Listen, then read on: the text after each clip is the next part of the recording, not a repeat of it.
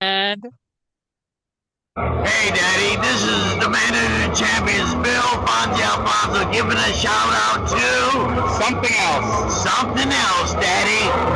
This is Nickel Matara, Great Warrior Wolf, and you are listening to Something Else. I'm Tony Cini, and you're listening to something else. Hey everybody, it's Rich Palladino, the voice of New England, and you are listening to Something Else with Arya.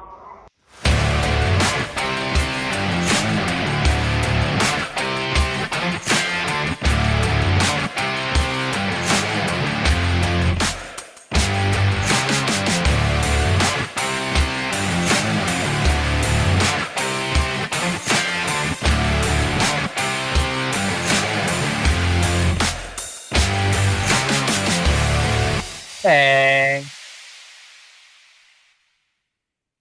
Welcome to episode number 207 of Something Else. Feast your ear holes on this week's episode, you degenerates and reprobates, as we take a look at Mid-South Wrestling and World Class Championship Wrestling from June the 30th, 1984. That's right, we are halfway through 1984. Weirdly enough, similarly how we're halfway through 2025. Funny how that works. I know, that? right? Yeah. My name is Arya, and joining me, as always, is the George Weingroff's cross-eyed to my George Weingroff's giant penis.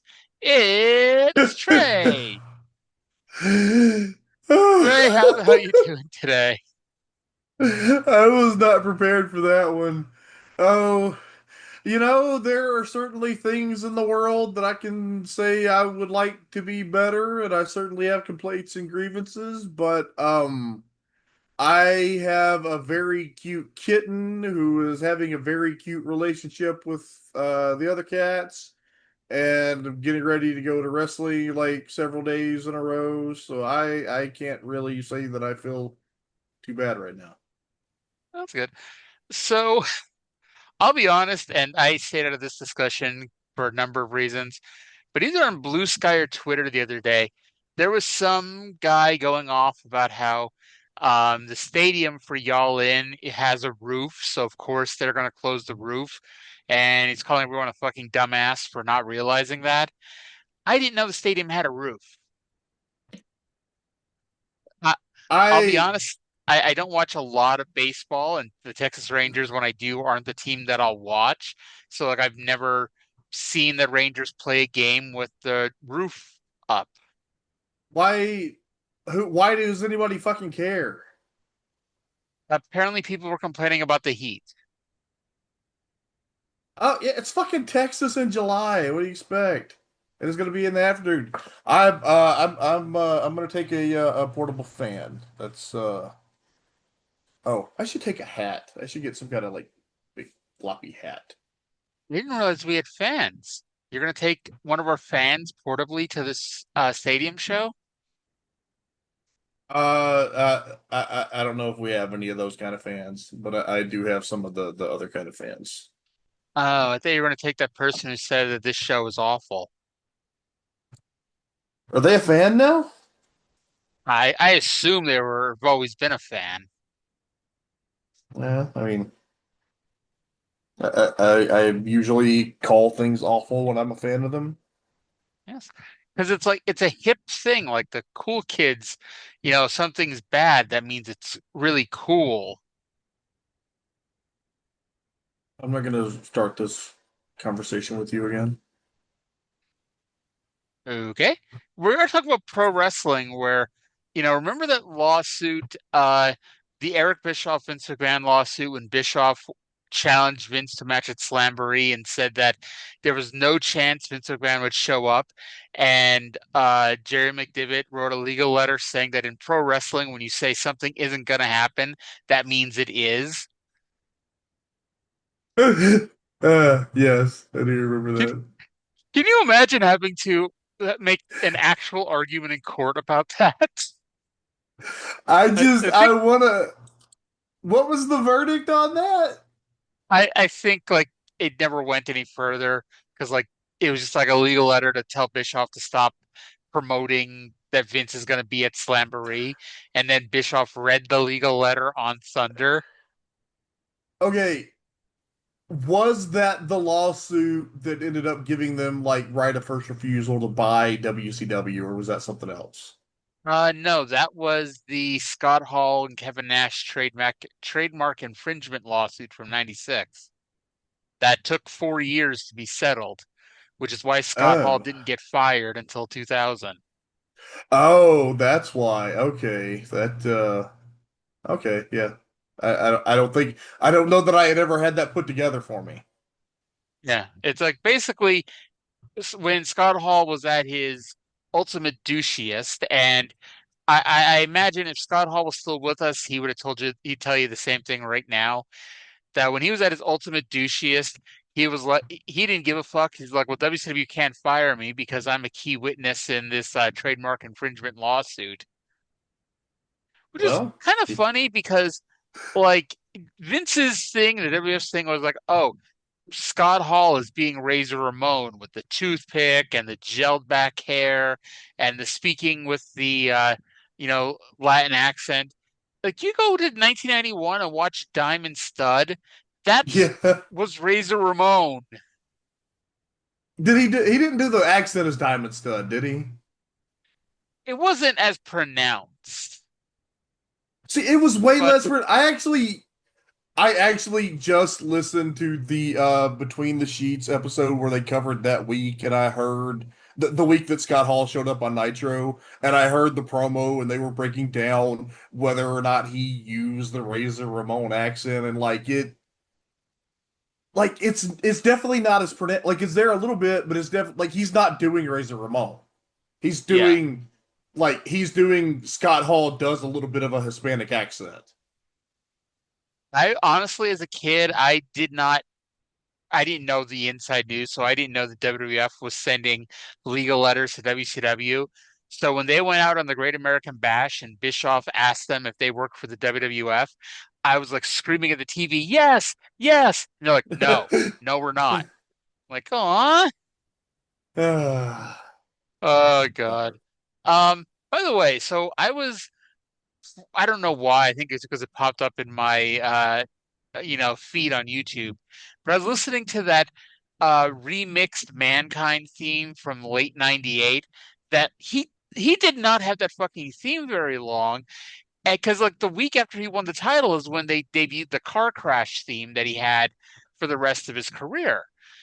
And it made me think like if it wasn't for that title win where Mankind won the title and it being such a famous moment, would anyone remember his remixed Mankind theme? I don't think they would. I really think that's the only because it's like he didn't even have that at he didn't have it at Survivor Series. No. I don't think He he didn't had have I it don't at think he had it at Rock Bottom. I don't think he had And it at that was Rock only a couple Bottom. weeks earlier. Yeah. Yeah. So it's like No, literally if it wasn't for that match, no one would remember it. Like, do you remember when they gave The Rock like a really fucking god awful theme for 1 week after the Nation, but when he was like still kind yeah. of in flux before the corporation? Like, Yeah. that's basically what that is. It's like, you know, if it wasn't for Mankind winning the title, the only people who would remember this remix theme are nerds like me. Do you remember the 1 week on SmackDown in 2000 when The Rock came out to his WWF Aggression rap theme? I don't remember that, but I remember like the Big Show's crappy aggression theme. And the DX theme was decent, but like the Big Show's one especially sucked. And He yeah, actually used it for a while too. yeah. Thankfully, Shane The McMahon DX one pushed was good though. a giant stereo speaker on his leg, and he never used that theme again. Yeah. The DX one with Run DMC and the Yeah, Godfather one with Ice-T. which I only remember because of WrestleMania. Yeah. I know, like, and it's funny because like WWF 2000 is like the hottest period they ever had, but man, that undercard at WrestleMania sucked. Oh God, Yeah. Oh, it's easy to kind of ignore because it had the Edge and Christian Hardy's Dudley's triangle ladder match, and it had the Angle Benoit Jericho two fall triple threat match. Which, by the way, it didn't suck, but that match did not live up to expectations. But like any combination of those three in a straight singles match would have been better. even the three-way really should have been great. I think the two fall thing took it down, especially because both Jericho and Benoit, not only did Jericho and Benoit win by pinning each other, but like they didn't win with their normal moves. Jericho won with a lion salt and Benoit won with a diving headbutt. I guess Jericho hadn't won a lot with the Lion Salt yet, had he? No. Which is funny because then like 2 weeks later was when he didn't win the WWF title. He won that match with the Lion Salt. When he beat Mr. Regal at WrestleMania 17, it was with the Lion Salt. And like the only other time I remember the only time I remember Benoit winning with that diving headbutt was WrestleMania against MVP. And it was like there was one super fucking random match against A-Train on either SmackDown or Velocity that I remember Benoit won with the diving headbutt, and it was enough of a thing to be like, huh, he hasn't won with the diving headbutt in fucking forever. on A-Train, like, and I know, okay, Chris Benoit had great matches with fucking everybody, but Chris Benoit and A-Train had pretty good chemistry. Like, I know it was like, was that around the time that they wanted to put Matt Hardy in a bigger feud, but Vince was like, no, Albert, he's really big. We're going to turn him heel.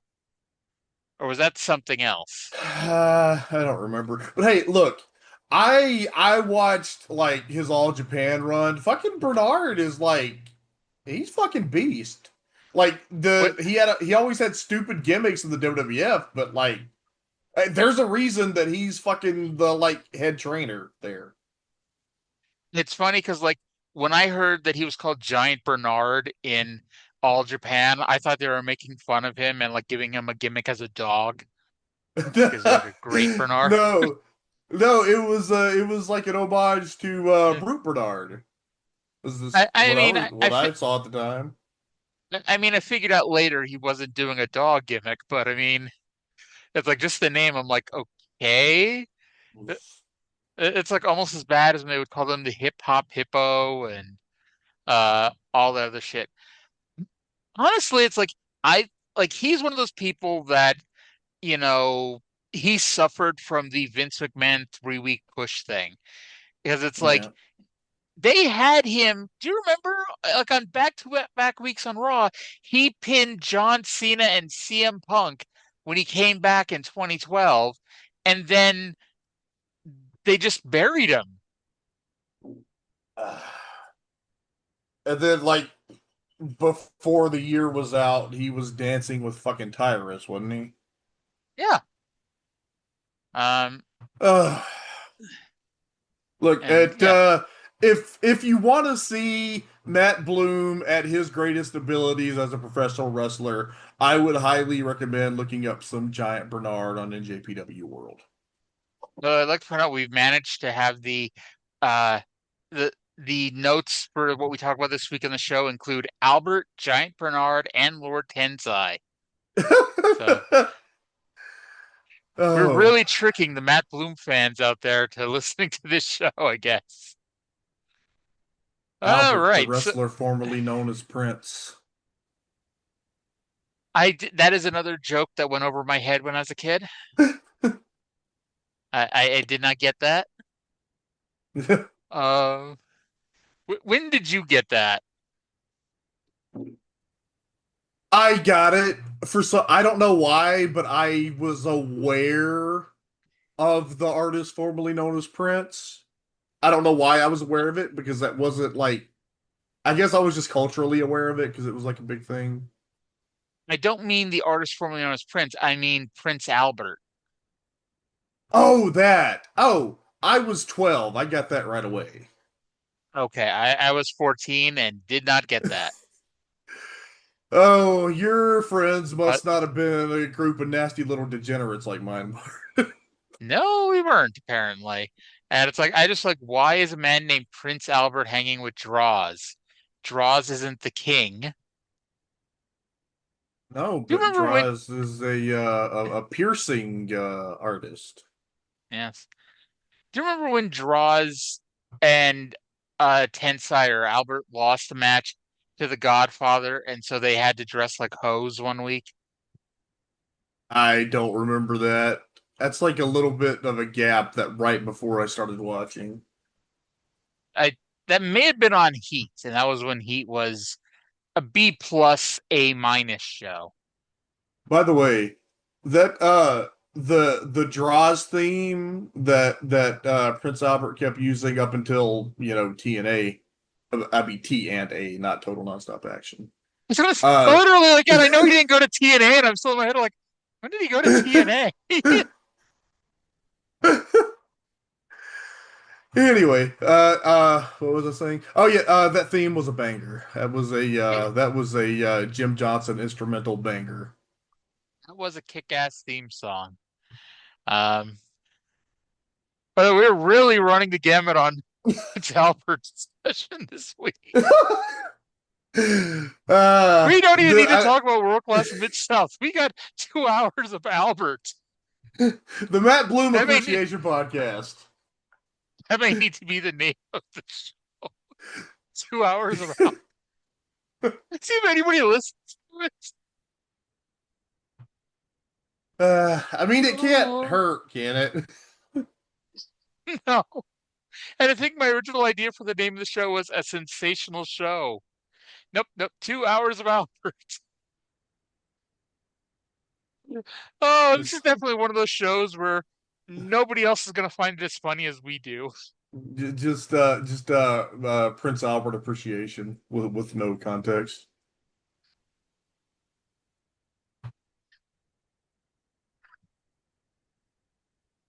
Oh Lord. Remember when JR just kept talking about what size football helmet he had to wear? I do remember that. 8 and 3/8. Yes. Oh my God. He did. Oh, 8 3/8. That was JR's favorite line. Well, okay, since we're doing a fucking Matt Bloom podcast now, earlier today, you and I were discussing the 1999 Big Show title reign that didn't get over. Yes. And he was also, it wasn't his fault it didn't get over, but it was a symptom of a title reign that wasn't getting over. Yes. And he was feuding with the Big Boss Man, and this, like, it also shows you how, like, last minute it was that Big Show won the title to begin with, because it's like, well, we have to have a blow off match with Boss Man, and that's how Boss Man ended up with a pay-per-view WWF title match in 1999. Do you And by the remember way, how he got that title Big, shot? Big Boss Man second in that match, Prince Albert. Yeah, that was, yeah. Yeah. Do you remember? Do you remember how he got that title shot? Didn't he beat Rock? He pinned The Rock in a singles Falls Count Anywhere match. Oh God. And that was when he was the hardcore champion too. So yes, it was. Big Show is the linear hardcore champion. Why did the Big Boss Man need a heater? Like, the role of heater was damn near invented by the Big Boss Man. I mean, I thought him and Tensai. Wow, I'm really running the gamut on calling him every name he possibly can. I thought him and Baldo were a really good duo, but like I kind of like the dynamic with him and Bull Buchanan, because it's like, okay, Yeah. here's the 1980s Big Boss Man, and here's the 2000 Big Boss Man. Well, yeah, and Bull was so athletic, like Bubba was when he was young. Right? Yeah. They were a good team. Yeah. Yeah. They Like, could have I done more with remember, them. like, Bull jumping to the top rope for his top rope leg drop. The only person I ever saw smoother doing that was Kenny Dykstra. Oh, yeah. Man, that dude's leg drop was, like, incredible. Yep. Too bad he got a really shitty gimmick and then a really shitty name. Too bad he got a woman that was perceived as above him and made somebody unhappy. Wasn't he with Mickey James? Uh-huh. Well, come on, CM Punk got heat for being with Maria Kanellis. Yeah.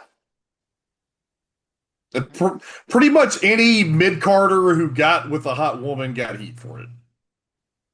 Pretty much. I mean, hey, and it's not limited to WWE. Dusty Rhodes buried Baby Doll. Yeah. Exactly. Poor Sam Houston. And it's like, let's be honest. Dusty Rhodes did not do this because he wanted Arn Anderson to hook up with Baby Doll. No. It's like, sexual discrimination existed in the workplace in the 1980s. It sure did. Speaking of that, let's segue that into Mid-South because okay, I guess we should. Yeah. And hey, of all the segues, this one actually makes sense. Yeah. Let's go to the intro of the show. There's going to be no Prince Albert on Mid-South this week, unfortunately. But there is Boyd Pierce and Bill Watts, and this has been an extended intro that includes an interview with Terry Taylor and Dr. Death Steve Williams and good old Budrow. Let's go to that now. Hello, everybody, and welcome to this week's edition of Mid-South Wrestling Television. I'm your host, Boyd Pierce, and a lot of exciting action coming up. We'll be showing you the match, the Ghetto Street Fight between the Junkyard Dog and Hacksaw Butch Reed from the Superdome. The Sensational Girls will be in action this week.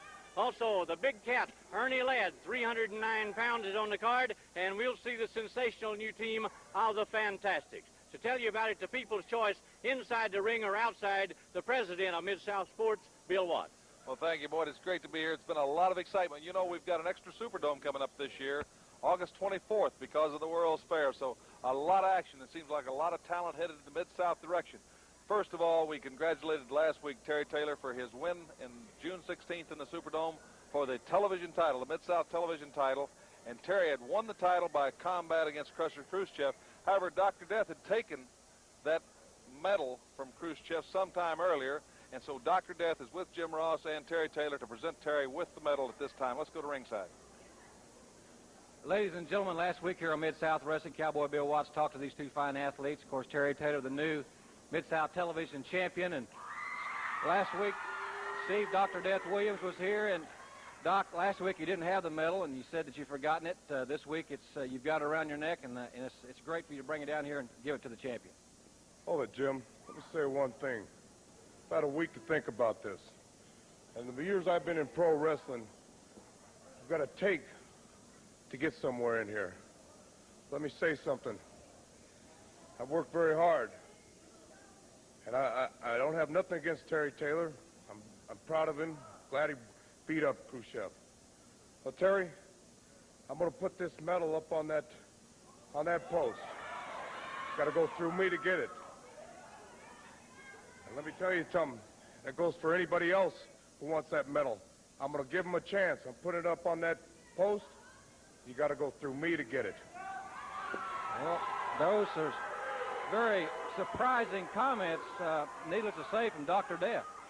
Well, I don't know exactly what's going on with Dr. Death, but in this wrestling sport, everything I've ever wanted or had to get, I've had to fight from the bottom up. And that's the way Dr. Death wants it. We're playing the game by his rules. Well, that's the way you want it, brother. You're going to get the fight of your life, because I'm going to get that medal back. Terry Taylor, the Mid-South TV champion. He worked hard to get there and won a tough match. Dr. Death says him or anybody else will have to go. What do you want? Get on to something a little bit more bigger and more important, like Sonny King. You know, last week when I was out here, I beat the Junkyard Dog like a dog that he is. And I'm telling Sonny King that I'm making the same challenge to him. Scatman Crothers, Kojak, whatever you want to call yourself, Sonny King.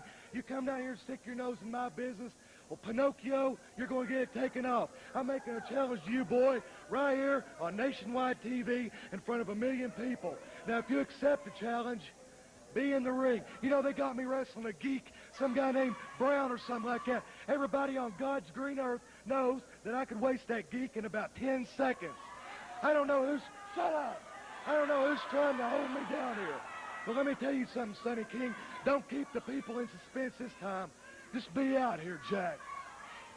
Buddy Landell with a strong challenge to Sonny King, and a very interesting development between Dr. Death with that medal and Terry Taylor. And we'll be back with some exciting wrestling action after this word from the Mid-South Wrestling Television Network.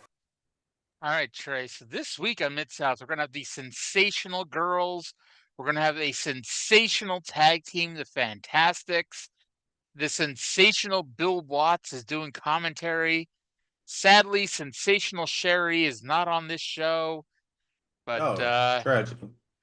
Yeah, it's a bit of a tragedy, kind of like what's his name losing his underwears in the room. Then we go to a bit of an interesting little promo here with Terry Taylor and Dr. Death. And Trey, we kind of hinted at this last week without knowing. I think it's pretty obvious. Doc is turning heel. He's being a dick. Yes, he is. Like, why is he not giving Terry Taylor his medal for being the champion of television? Yeah, like he stole that medal. He has no rightful claim to it, except that he's like a bully and an asshole.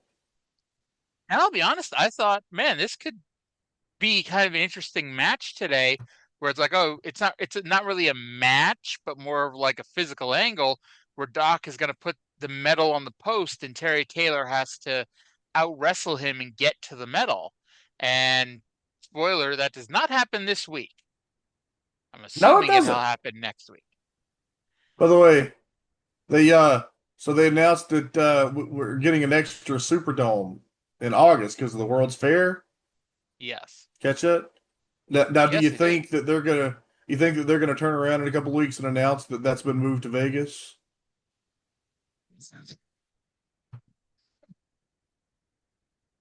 And are they going to make it up to New Orleans by like booking like a Big Show in New Orleans?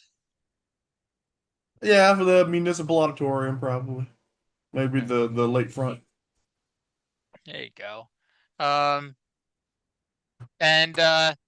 So JR is surprised to hear that Dr. Death is doing this.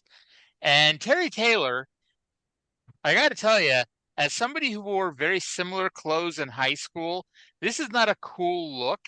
He looked like the human embodiment of Sprite. He was wearing a yellow polo shirt and green pants. Well, now I'm going to associate Terry Taylor with being delicious. Why would you do that to me?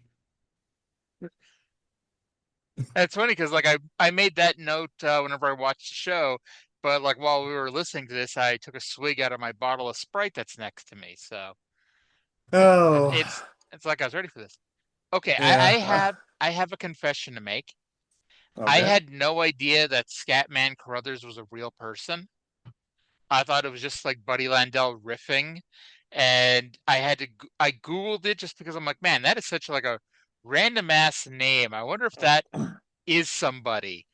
Scatman Carruthers is a real person, by the way. Yeah.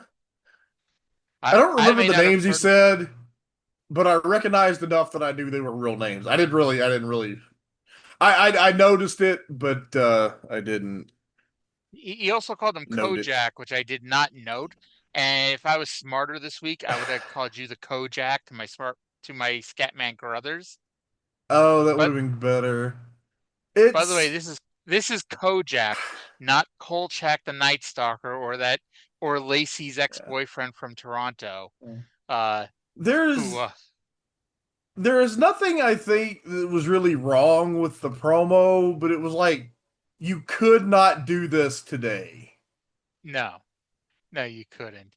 But by the way, was that an underrated episode of Corner Gas where Lacey's ex-boyfriend from Toronto shows up?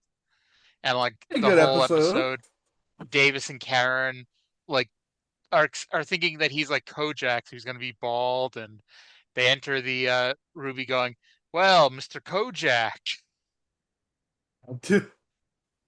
Oh, God. Yes, we went from talking about Matt Bloom for 25 minutes to talking about Corner Gas. How does this show not have 8 million listeners? Oh. Anyway, we go from that to the ghetto street fight from the Superdome. Junkyard Dog versus Butch Reed joined in progress. They allegedly came to the ring dressed for a street fight.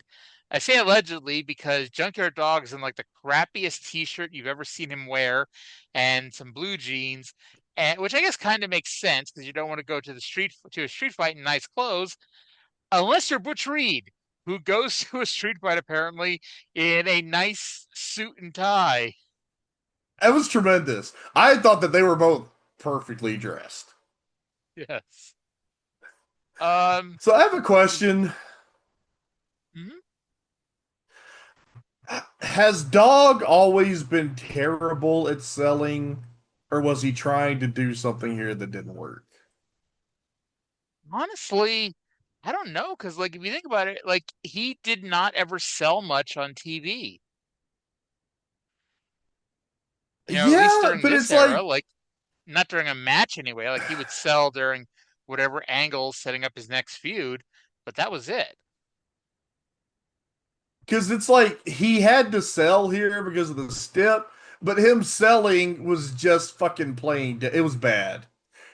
Like parts of this were good, like parts of this were enjoyable, but the things that weren't were Dog selling and also Watts's commentary. They're gonna say Butch Reed taking off his belt, so Dog was like having to hitch up his pants the rest of the match. Okay, Uh, that the fucking belt thing. It's Watts saying, and I quote, a throwback to when men used to do things like this to men. What the fuck did you just say? yeah, What the fuck are you talking about? It isn't. Okay, I kind of understand what he is trying to allude to, but it's a stupid fucking thing to allude to, and he is so bad at it. yeah. By the way, speaking of stupid things, in a completely different sense, Joel was apparently holding the handheld camera at ringside, meaning that Mid-South had one fewer referee that night because apparently it was more important to have one of the referees uh, videotape the show than it would be to, have him do his job as a referee. It was probably Joel's camera. Well, I mean, they could have had Mike or Mika or whatever his goddamn name is. He could have held the handheld camera, and fucking a send Cowboy Bill out to do the hard camera, because that's where his other kid was. Where the fuck is Eric? Eric could go sit by the hard camera. Believe me, as somebody who sat next to a hard camera for a wrestling show, it is not that hard to sit next to the hard camera. That's right. Let's see here.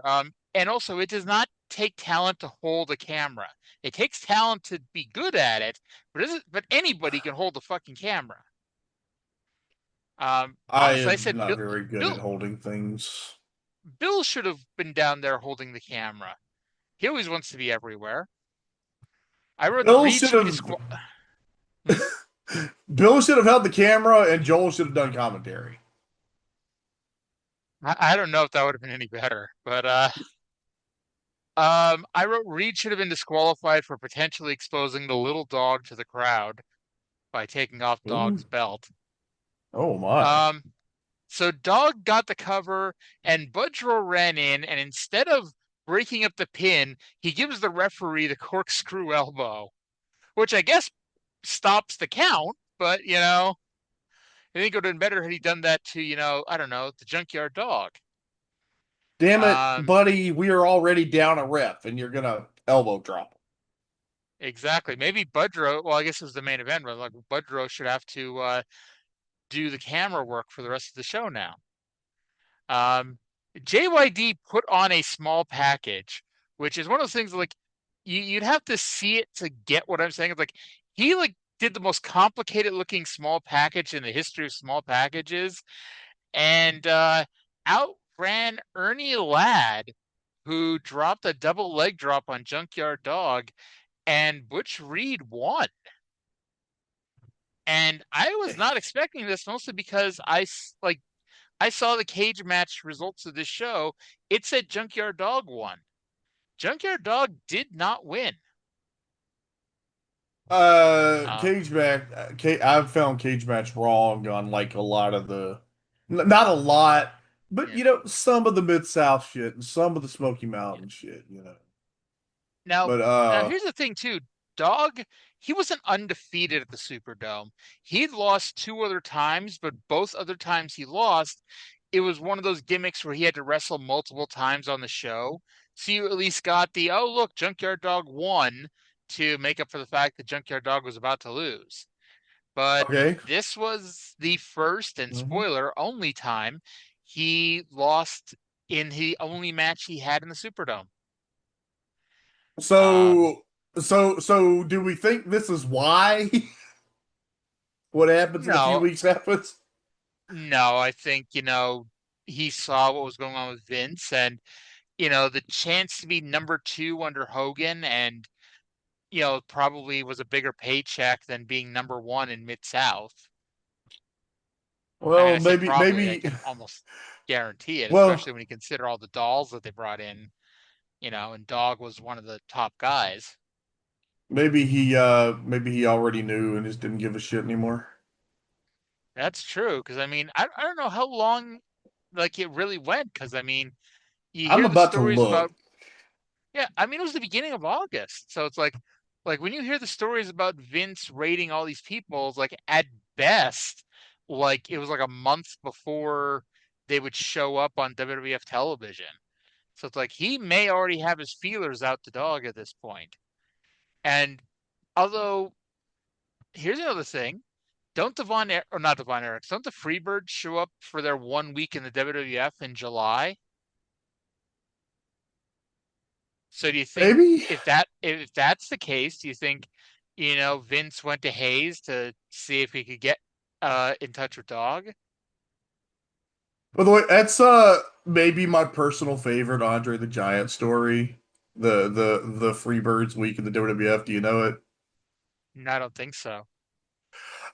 Whatever, they were being the Freebirds, and they were Michael Hayes was beginning to annoy one Andre the Giant, and Andre looked at him and said, "You're fired." And Hayes said something to the effect of, "You can't fire me," and Andre said, "We'll see." And guess what? I thought you were going to say that was the time when Andre told somebody, "You have a big mouth." Oh, God. Did you ever watch Bobby Heenan's RF video shoot interview? Oh, maybe. Probably. Okay. So there was 2 stories about Andre that I always love and always keep in the back of my mind. One was when it was an early morning flight and Andre's on the plane and he's got his 2 front row seats. That was part of the deal with Vince Sr. that Vince Jr. reluctantly kept going. And he's trying to pull up the armrest in the middle. And the stewardess comes up to him and says, "What will you have? Or can I get you anything?" And Andre's like, "Yeah, screwdriver." And because, it's 7:00 in the morning, of course, Andre wants to drink. And then the stewardess comes over and brings him an actual screwdriver, a Phillips head screwdriver. And Andre looks at it and goes, "What would you have brought me if I said Bloody Mary?" Oh my God. Oh. And then the other time, and I don't care if this never actually happened, but just the visual of it, you can picture it in your head like something that would really happen.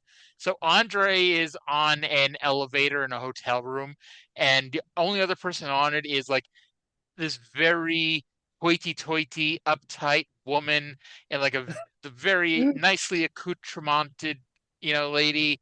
And Andre lets go the loudest, nastiest, smelliest fart, and then looks down at this woman and yells, "Stop that!" Oh, fucking legend. Oh, Lord.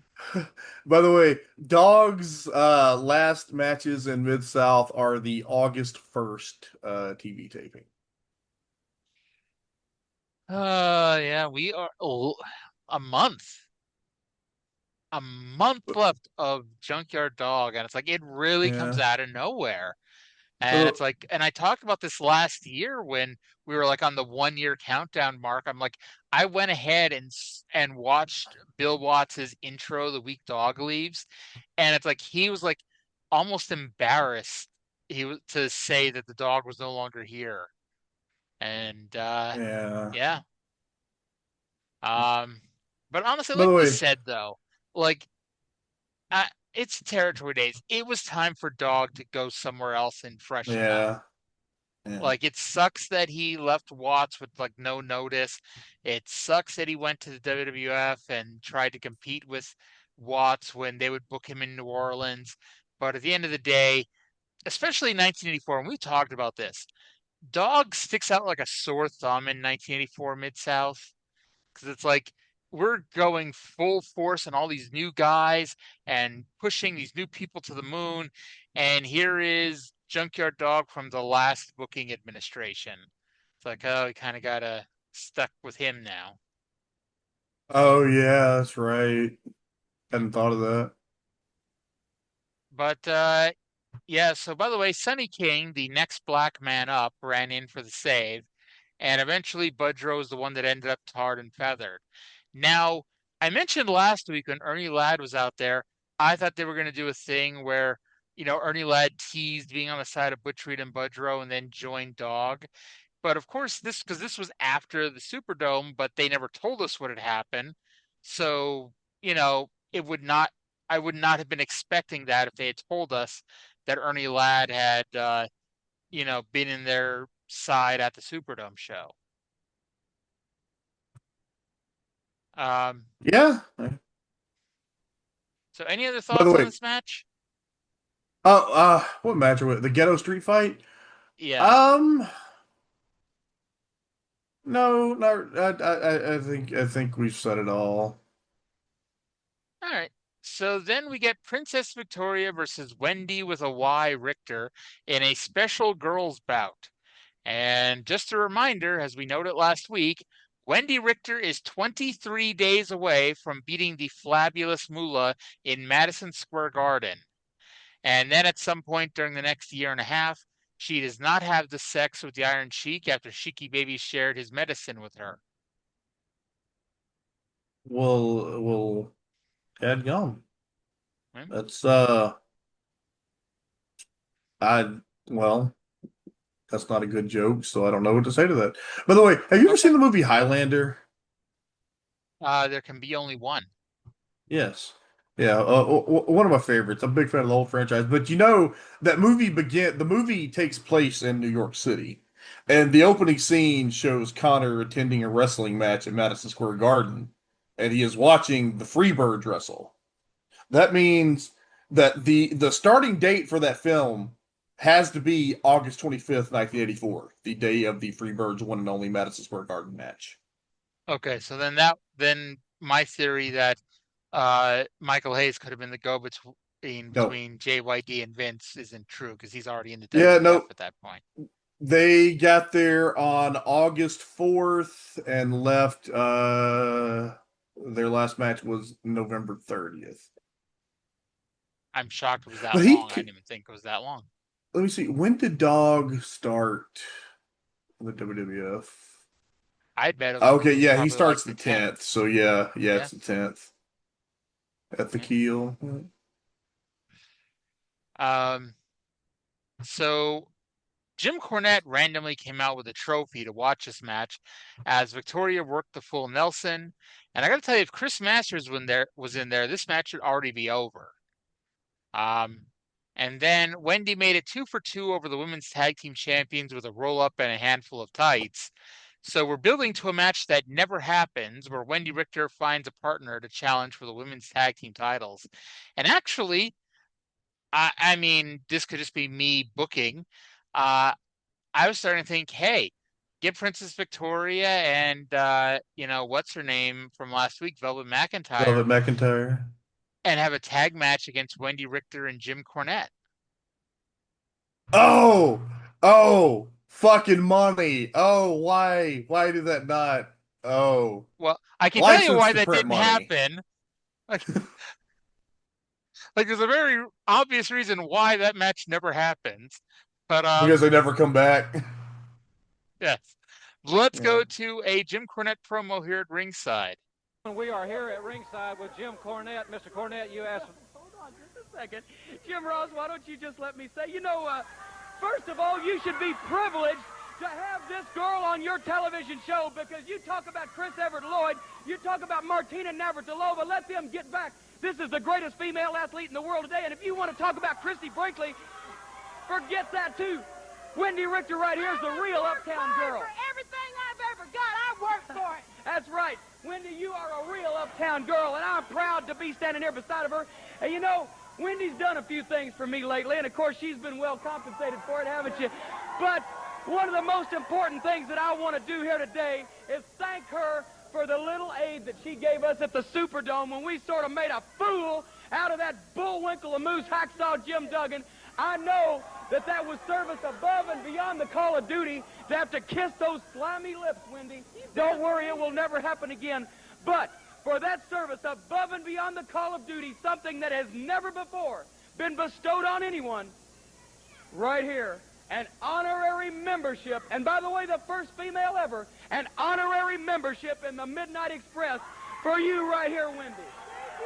And I publicly present that to her. Isn't it? Go ahead, take a look at it, Jim. Isn't it beautiful? Why don't you say a couple of words? Well, Jim Cornette has just made Wendy Richter an honorary member. Whoop.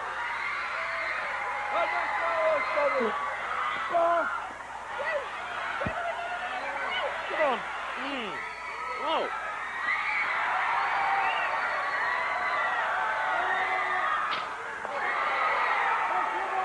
Come on, look up. Oh, boy, it's getting hot and heavy. Here comes the Midnight Express. They don't like anybody to touch Jim Cornette, and Dugan's in there by himself. Here comes Terry Taylor. Dugan's got his stick.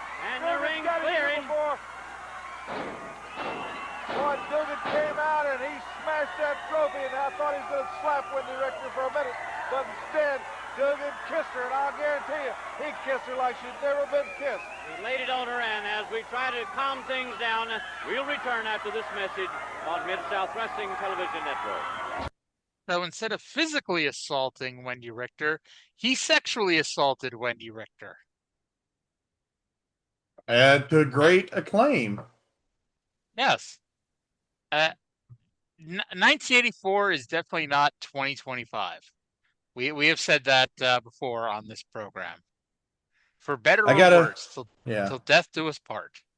I gotta admit though, Terry Taylor actually got over with me here. That is a true friend. Arya, if I were about to be attacked 2-on-1 by the Mid-South Tag Team Champions, I'd like to think that you'd come running with my favorite weapon. If you had a favorite weapon, I would definitely help you. Although at this point, do you really need help to fight Bobby Eaton and Dennis Condrey? I think I could take Bobby now.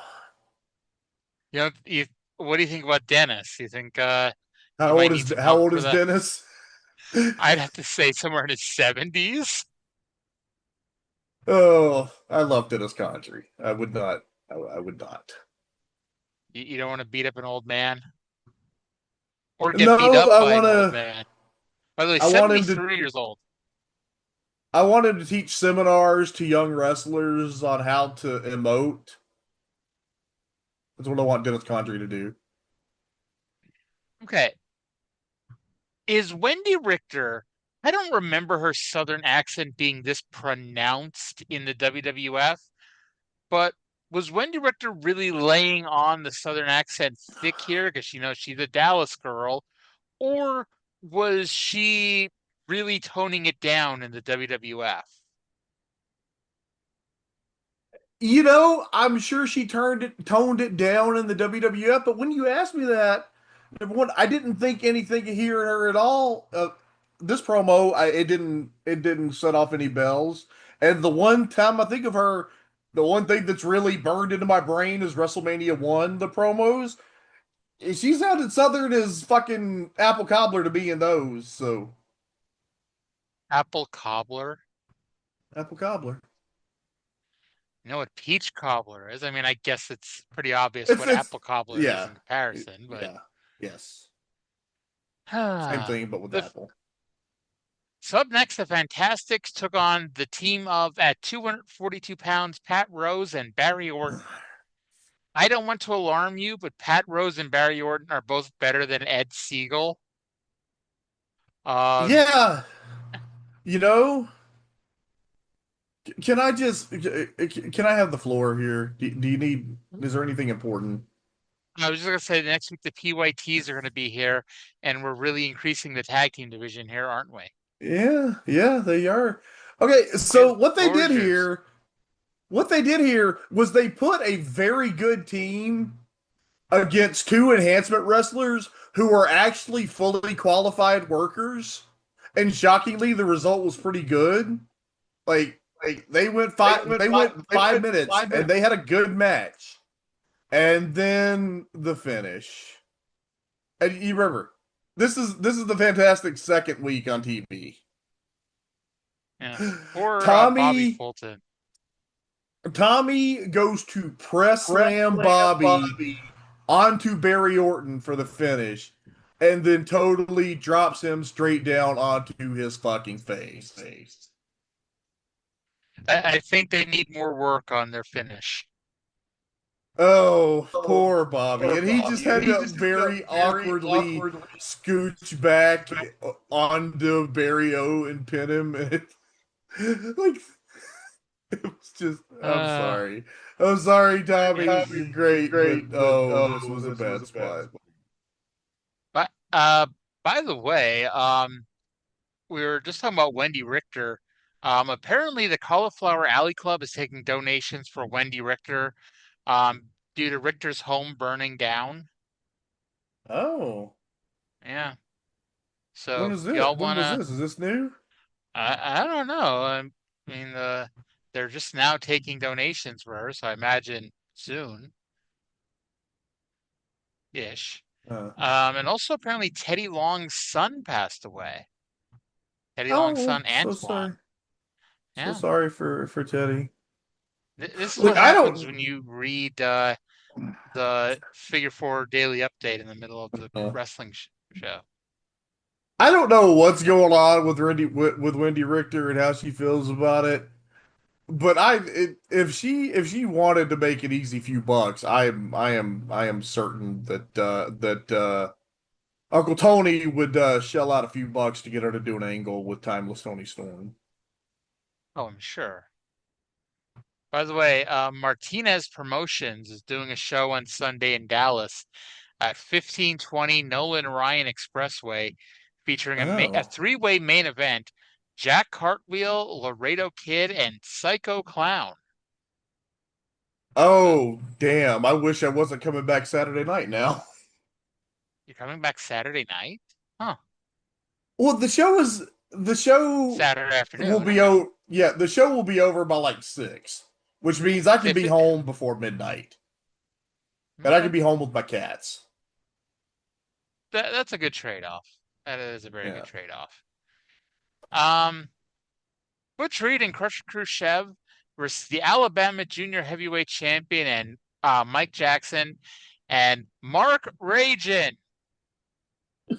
So Bill Watts, continuing his quest to say weird stuff all over this show, tells us that if Mike Jackson was 30 pounds heavier, everyone would be calling him Sir.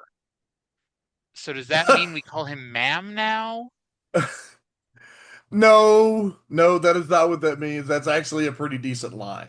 That Mike Jackson is a very, very capable combatant, and the only reason that he isn't immediately respected on sight is because he lacks size. But that if he had the size to match his fearsomeness, people would be more respectful to Mr. Mike Jackson. Hey, Mike Jackson towers over Brian Hildebrand. Yeah, how about this team, Raging Jackson? How about a tag team of Brian Hildebrand and Marco Stunt? Oh, that sounds if you stack them on top of each other, that's almost one wrestler. By the way, this is the point that I realized. Do you like Barry Orton and Pat Rose and Mike Jackson? There might be more talent on the Mid-South Jobber crew than on the whole world-class roster. Yes. Yes, indeed. Khrushchev submitted Mark Rajan with the Russian-Adian backbreaker. So yeah, Mark Rajan, his push is long over. Uh-huh. He got a little bit more of a push than Tom Lentz, who played a little football, but still. He got a whole entrance and match. Tom Lentz only got one promo. Yes.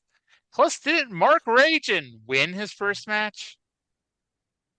He did win his first match. And then I think, did he win the second week or did he lose the second? He got the entrance twice. Yeah, but he began losing week 2. It was the second week was when he faced Buddy and Buddy attacked him while the music was still playing. I believe so, yeah. Yeah. That was great. Good on Buddy Landell. By the way, so in the pantheon of pushes here in Mid-South, Lanny Poffo got pushed for 3 weeks. Mark Rajan got pushed for 1 week, and Tom Lentz, who played a little football, got pushed for less than 1 week. Got pushed for one promo. Yes. Sonny King versus Buddy Landell. Let's go to JR, who's going to introduce this match. Ladies and gentlemen, this match, as you heard earlier in the hour, Nature Boy Buddy Landell issued a challenge to this man, Sonny King. Sonny King has accepted that challenge, but as you can see, Nature Boy Buddy Landell coming to the ring with his arm in a sling. You asked for the challenge, and the man is here. Jim Ross, let me tell you something, everybody out here something. I was so excited and fired up for this match like I asked for, and I was back there with my partner here doing push-ups, and I must have strained my elbows. You crazy? Get out of here. I must have pulled my elbow. I got tendonitis or something, but that's okay because I've got my man right here wrestling too. I've been training this guy. You've heard of Bodies by Charles Atlas. This is a Body by Buddy Landell. Get him back now. And he's going to take my place today. But Sonny King, I'll be around, son. Well, ladies and gentlemen, this match will be one fall or a 10-minute time limit. Nature Boy Buddy Landell with that injured arm. Introducing first in the red corner, 250 pounds. Okay, so we can skip that part. So yeah, this match, which was supposed to be, what was it, Buddy Landell versus Greg Brown, has morphed into Mr. Wrestling 2.0 versus Sonny King. And poor Budrow, I mean, he's getting excited for a big main event match this week on Mid-South TV, and he fucks up his arm. And I know, Sonny King, that sucks. Sonny King, being a dick, was just kicking at him, too. You know what else, though? I feel bad for poor Greg Brown. I hope he at least got his show money. Yes, I hope he got his per diem. Yeah. And then also Sonny King did not let Mr. Wrestling 2 finish his pre-match posing routine. And for those of you who remember Hercules in the WWF, that's pretty much all he had was his pre-match posing routine. Well, we had to get to Sonny King doing his best Max impersonation. I think that's insulting to Max. Well, imitation is the most sincere form of flattery. They announced, by the way, next week we're going to get Mr. Wrestling 2.0 versus OG Mr. Wrestling 2. And knowing that 2 is not wrestling on TV anymore, unless it's another cage match fuck up, I think they might just be showing the match from the Superdome. It probably is the match from the Superdome. That makes the most sense. Yep. So 2 how much Irish longer? How much longer is he staying the Ersatz Mr. Wrestling 2? It can't be much longer. I think he's Hercules next week. Oh, really? Okay. So the next either taping. either next week or the week after. Yeah. Okay. So two Irish Whip King into referee Ronnie West and then missed the top rope move. But suddenly, it's a miracle. Buddy is feeling better. And he got in the ring and choked Sonny for the DQ. Sonny made a comeback, so Buddy tapped him with a chair. And Sonny, who has apparently never swung a chair in his life, grabbed it and presented it to Buddy in two, and then proceeded to give himself CTE afterwards, hitting himself in the face with the chair. I'm just glad that Buddy had the Lord's healing hands laid on him and won't have to miss any time. All right. Then we go to what almost promised to be the greatest train wreck in the history of Mid-South Wrestling. And it was. So we got it. The match was scheduled as Big Ernie Ladd in a 2-on-1 handicap match against Big Bob Owens and, yes, indeed, Ed Siegel. Now, Mid-South, who switches up partners all the time with the Job Squad, they apparently saw something in Big Bob Owens and Ed Siegel because they're not teaming 2 weeks in a row. I'm sorry. Ernie Ladd must have seen last week's match. Let's go to Ernie. I wrote the same thing. I wrote the same thing. Let's go to JR's intro of the match. Ladies and gentlemen, this match is a handicap tag team match. 1 fall or TV time remaining. I can't believe you, Mr. TV announcer.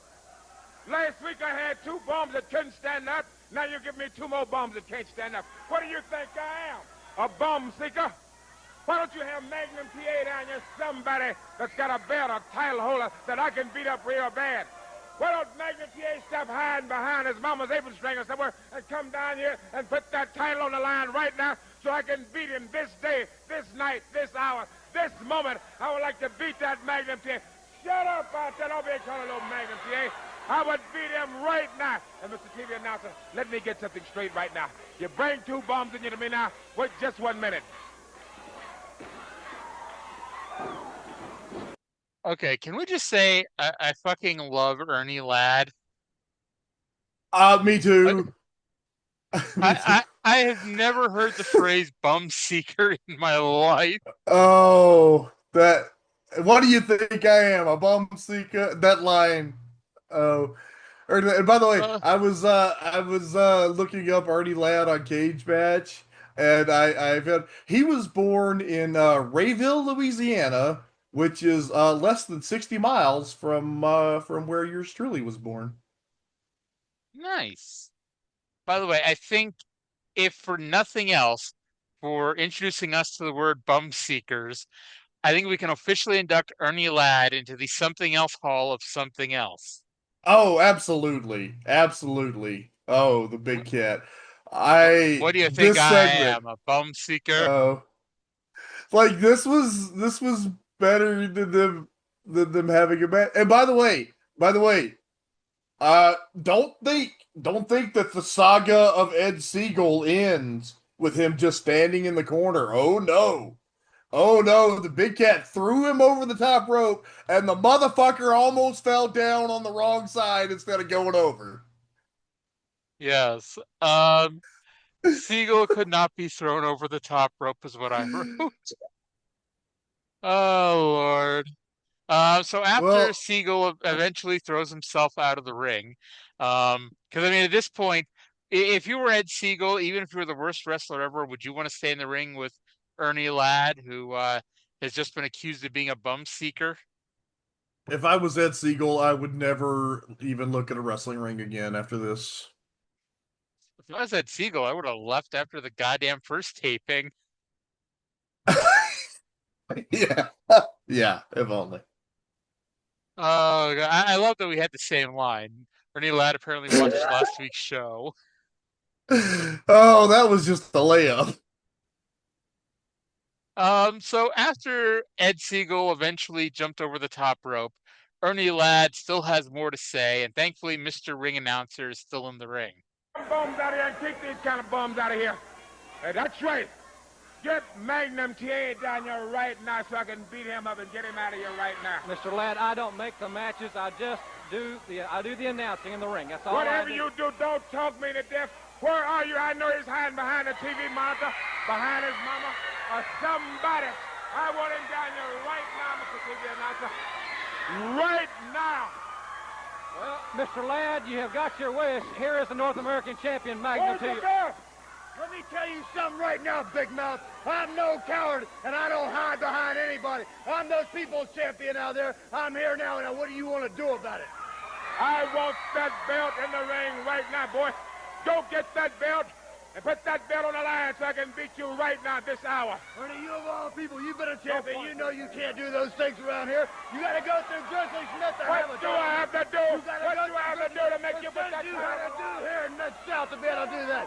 You can't just walk out here and get a title. Ooh, mercy. Wait just...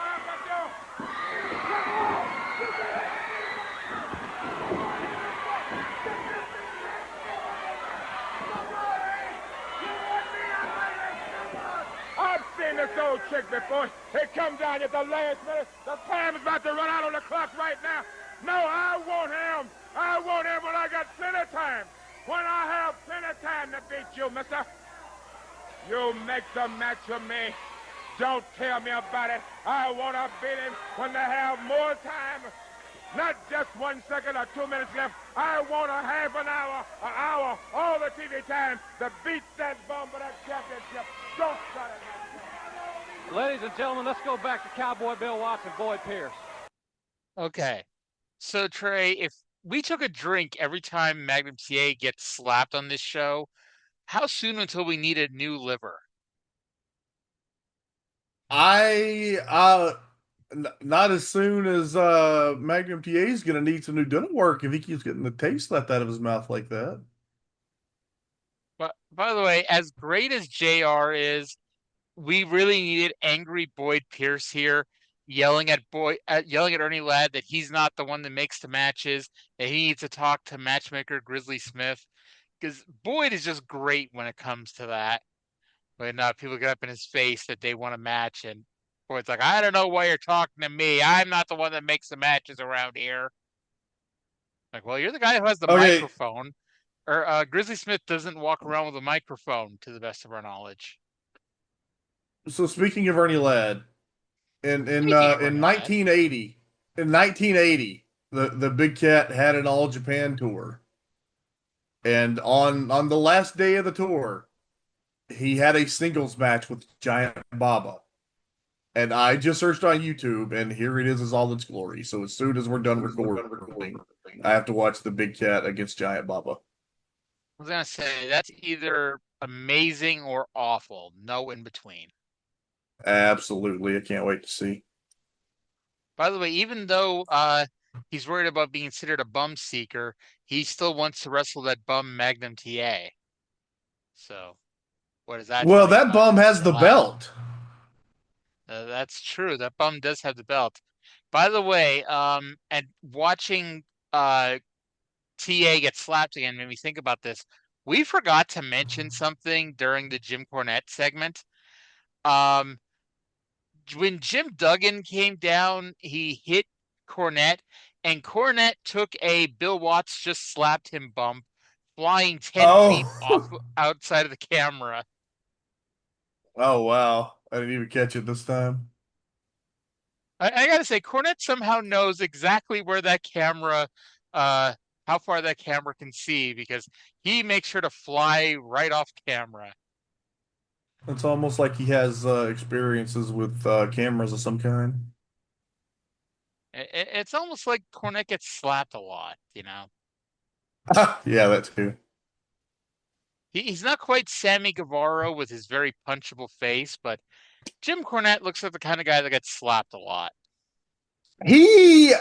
That smirk when he was young, when he's in his early 20s like this, that smirk. Oh, he knows what he's talking about when he talks about having a slappable face. Yes. Yes, he does. By the way, I got to relaunch World Class because I turned off. I X'd out of my video when we finished Mid-South. Well, Lord. yeah. I How much do we have to play? Oh, we have a little bit of stuff this week. Yeah, we got actually a decent amount of stuff to play on World Class this week. So yeah, that was a good episode of Mid-South, and it's like, hey, one of the best parts about having a lot of good workers in here is that we don't have to watch the same guys wrestling every week on Mid-South like we were a few years ago. You know, like we didn't have we had the Midnight Express, but the Midnight Express didn't have a match. You know, Junkyard Dog wasn't in a live match. Butch Reed wasn't on the show at all. You know, this is what happens when you have depth on your card. You don't Butch have Reed to have was in the 52 tag weeks. match with Mark Ragan and Mike Jackson. I managed to completely forget about that because the match we talked about the match for 4 seconds. But still, you know what I mean? It's like, okay, fine. Butch Reed was in a match, but like we didn't revolve the show around Butch Reed this week. Right. He had his angle, he had his match, and then it's like we moved on with our lives. They have a better mix of talent now, and God, I hope somebody in Dallas is watching and taking notes. Well.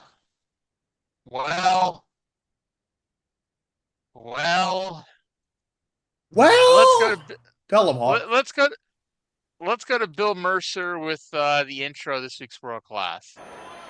Welcome to World Class Championship Wrestling from the Sportatorium, the most famous wrestling arena in the world in downtown Dallas, Texas. Hi, everybody. I'm Bill Mercer, and we have a tremendous main event. Here is Killer Khan, the monster Mongolian, who has the Oriental Spike, and he meets the hero from Denton County, Texas, Kevin Von Erich. Our main event on World Class Championship Wrestling. You'll see such great stars, too, as Gino Hernandez and John Mantell and many others. But first on World Class Championship Wrestling, we have an update. And that comes up next, right after these messages. Okay, I got to take umbrage with Bill Mercer this week. He tells us we're going to have a tremendous main event, Killer Khan versus Kevin Von Erich. Him and I have different definitions of the word tremendous. Part of it was tremendous. Yes, it ended up being an exceptional main event for one reason or another, but we did not know that was going to happen when they announced this match. But up first, we're going to have an update. Not an update that's apparently important enough to tell us about before going to commercial break, but an update nonetheless. Now, I'll be honest, when I saw what the update was, I just fast-forwarded 7 minutes. Did you watch the update? No. Yeah, they showed us a replay of last week's penalty box match where more or less the incident with Jimmy Garvin and Stella Mae French. And then we saw a replay of NWA judge Earl Wilburn's decision on the 6-man tag title situation. And I could hear Trae screaming from Texas. I skipped past it and didn't even know about it until you told me just now. All right. Just when I was ready to message Trae and be like, okay, we really need to figure out this world-class problem. Gino Hernandez is arriving in a private jet. Let's go to drunk Mark Lawrence, who's with the American and the new Texas heavyweight champion. Well, it's time to catch Gino Hernandez before he leaves for another world engagement via his fabulous Lear jet. Gino, of course, now not only the holder of the American Heavyweight Championship, but now the holder of the coveted Texas Heavyweight title, thanks to a very controversial decision. I don't see why there's anything controversial. I said I would win the American Heavyweight title. I've done so. I said I'd win the Texas Heavyweight title. I've done so. If there's anything controversial whatsoever, it's the reason everybody continues to talk about Mike Von Erich, Kevin Von Erich, Kerry Von Erich, and Fritz Von Erich. Comparing the Von Erich family to Gino Hernandez, the handsome half-breed, is like comparing my 380 SL Mercedes to a Volkswagen. Comparing the Von Erich clan to Gino Hernandez is like comparing a single-engine plane to my Lear jet. Everyone knows that I had to buy a Learjet because flying commercial, go through the airports, women are ripping on my Xenia tuxedos and trying to rip on my Brioni suits and touch my beautiful body. Everybody knows I'm the man of the hour, the man with the power, too sweet to be sour. What you see is what you get. What you don't see is better yet. The women's pleasure, the men's regret. 227 pounds of twisted steel and sex appeal. Gino, you're obviously very successful. The wardrobe, the automobile, the Learjet. What is in store for you next? Well, to say I'm successful is the understatement of all time. I'm the most handsome human being walking the face of the earth. And like I've said before, you know, I have friends all over the world. And matter of fact, right now I'm on my way in my Learjet to Beverly Hills to a big dinner. And many of my friends in the movie industry tell me, Gino, you've done all there is to do in wrestling. You've accomplished it all. You're the greatest of all time. Why don't you just retire and accept all these movie contracts that are showered upon you? I say to them, well, it is true that I'm the greatest wrestler of all time and probably the greatest athlete of this century. But there's still one thing left to do. That is, win the World Heavyweight title. Now, there's a very, very, very big match coming up in the near future. And stated in that is that the winner of that match receives a contract to wrestle for the World Heavyweight title. Well, let me say to the Von Erich family or anyone else, nothing stands in the way of Gino Hernandez. I get what I want, as you can see. I will win that match, I will get the contract, and I will become the World Heavyweight Champion.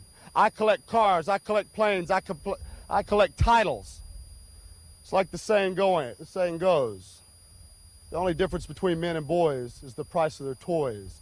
That must make myself the ultimate man. Now, I have more places to go, things to do, and people to see. It's been a pleasure, all yours.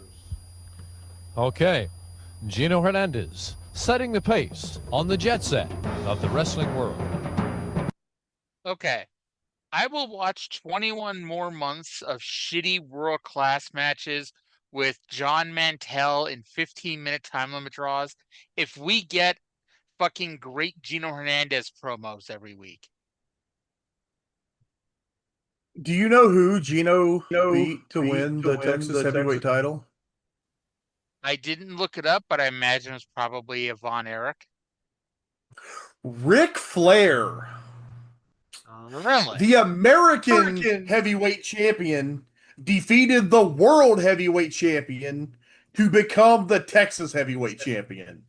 And as a Texan, even if I am a transplanted Texan, that is very funny to me because that pretty well encapsulates how Texans view the world. I gotta say, I was not expecting that. I didn't even bother to look up. And I guess that explains why we're mentioning that his next goal is to be the world heavyweight champion. And well, yeah, he might be the linear world heavyweight champion now. I would say yes. And I'll be honest, if you had told me to bet $100 whether or not Gino Hernandez wrestled Ric Flair one-on-one, especially in world class, I would have lost $100. I would not have guessed they had a one-on-one match at any point in world class. Yeah, so this was a fucking great promo. I actually seen this on the WWE World Class DVD they put out, many, many moons ago, which is when I fell in love with Gino Hernandez. I don't know that I ever saw that set. But yeah, this was great. How goddamn long was this fucking tournament? Jesus Christ. I'm going to read the results of the matches. The following are all first-round matches. Jose Lothario defeated Bill Irwin. Gino Hernandez defeated George Weingroff. Terry Gordy defeated Black Gordman. Harry Von Erich defeated John Mantell. Shocked that didn't go to time limit draw. Jules Strongbow defeated John Tatum. Buck Zoom Hoff defeated Michael Hayes. And Kevin Von Erich defeated Killer Khan. There are a couple names that you may have noticed weren't mentioned. Quarterfinals. Gino Hernandez defeats Jose Lothario. Terry Von Erich defeats Terry Gordy. Jules Strongbow defeats Buck Zoom Hoff. And Ric Flair defeats Kevin Von Erich in the last quarterfinal match. Semis. Well, this makes no sense. I don't know if this is a cage match fuck up or just some weird world-class happenstance that we're going to eventually see on the show. But Cage Match lists the semifinal match as Kerry Von Erich defeating Gino Hernandez, and then Ric Flair defeating Jules Strongbow, but then shows the final of Gino Hernandez defeating Ric Flair.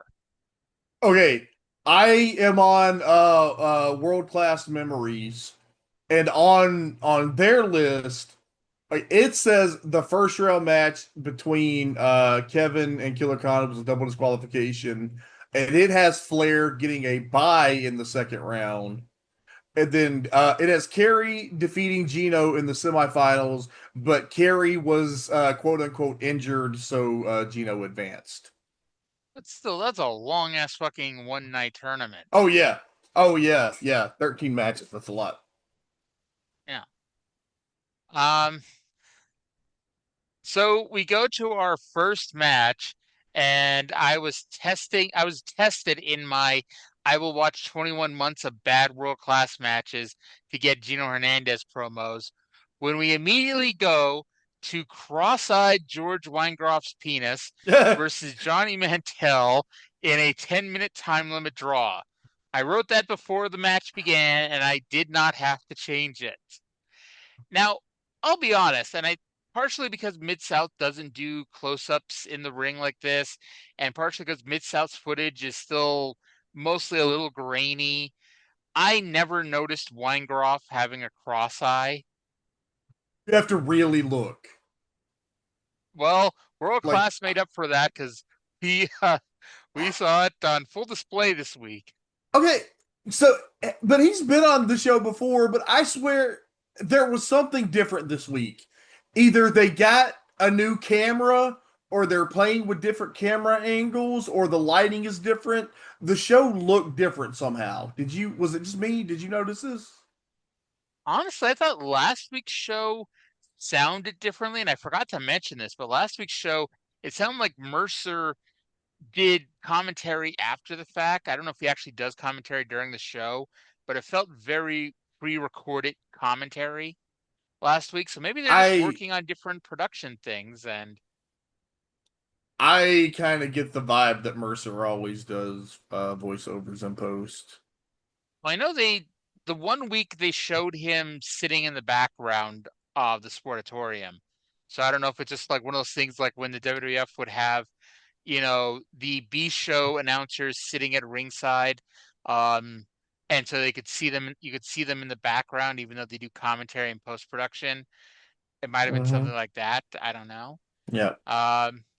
But Weingroff was bleeding from the eyebrow because I'm sure Mantell stiffed him, and I hope Weingroff returned the potato. So Trey, how long was this match actually? 12 minutes and 40 seconds. Now, I guess I didn't catch. Was it a 10-minute time limit or a 15-minute time limit? I didn't catch that either, and I didn't even think about it until it went past 10 minutes.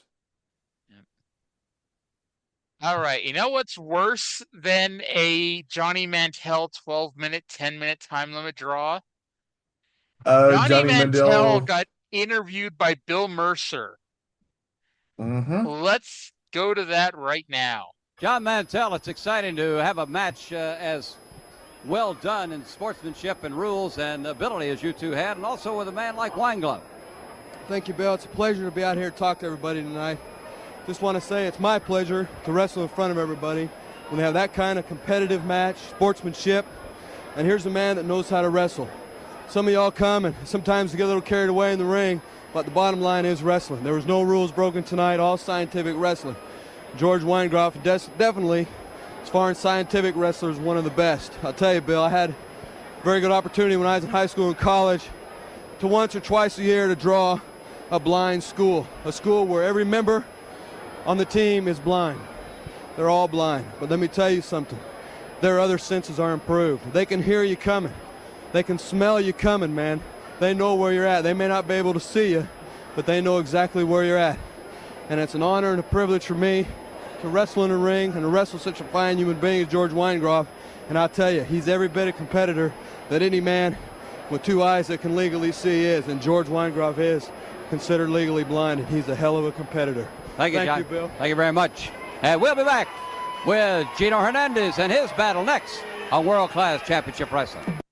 Oh my God, Trey, I had this horrible nightmare where Johnny Mantell cut a 2-minute promo and you were there and Bill Mercer was there and oh my God. Johnny Mantell is a man who appreciates a good, honest, scientific wrestling match. Did he say he had to do a time limit draw with people at a blind school? I stopped listening when he said blind school. Oh my God. Who booked this shit? I mean, we know who booked this shit, but who booked this shit? Also, how the fuck does every match he has go to a time limit draw? This isn't even a joke anymore. He's been here for a fucking year. If he's had 100 matches, 80 of them have been a time limit draw. It is not a joke anymore.